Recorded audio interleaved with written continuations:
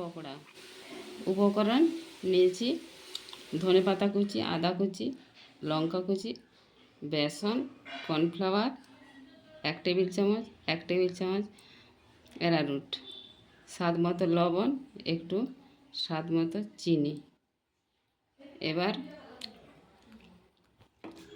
পনিরগুলো আমি ছোট ছোট করে কেটে নিয়েছি। এবার এই বেসনের সাথে ডুবিয়ে তেল গরম, বেসন সব উপকরণগুলো দিয়ে ভালো করে ফাটিয়ে নেবেন, তারপর এতে ছেড়ে দেবেন।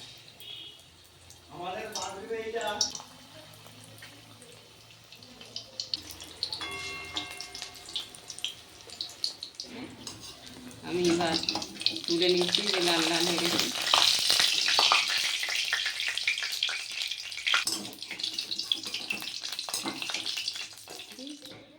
এবার আপনার গরম গরম পরিবেশন করবেন, খুব ভালো লাগবে, আপনারা করে দেখবেন।